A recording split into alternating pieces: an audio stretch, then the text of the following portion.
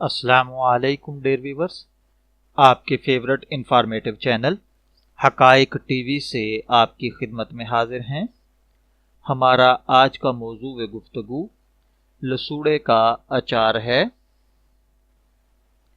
عام طور پر دیہات کے لوگ لسوڑے سے تقریباً واقف ہیں، لیکن شہروں کے رہنے والے خصوصاً نیو جنریشن اس سے واقفیت نہیں رکھتی۔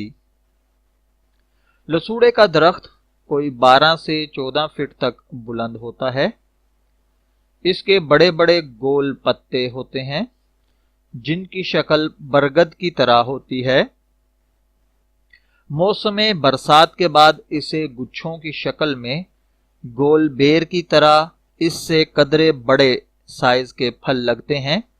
جب پک جاتے ہیں تو پکی ہوئی جوانی کی طرح نہایت خوش رنگ، لیسدار اور میٹھے ہوتے ہیں۔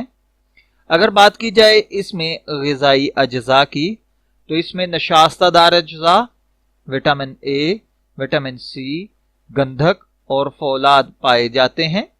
اگر بات کی جائے اس کے مزاج کی تو تر گرم درجہ اول میں ہے اور اس کی مقدار خوراک اچار کی شکل میں 3 سے 5 دانے اور پکا ہوا پھل 100 گرام۔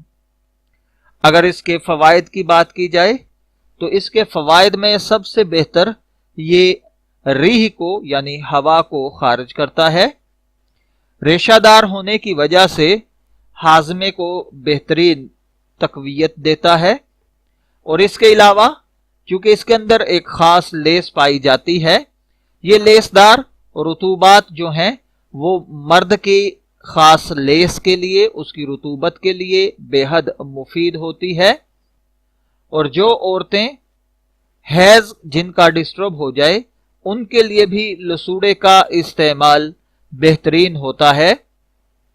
خدا نخواستہ اگر کسی بھائی بہن کے چوٹ لگ جائے یا سوزش ہو جائے یا پھر خون جم جائے تو اس پر لسوڑے کی جو لیس ہوتی ہے، جو اس کی رطوبت ہوتی ہے، اس کو باندھنا یا اس کی مالش کرنا اس کے لیے اچھا ہوتا ہے۔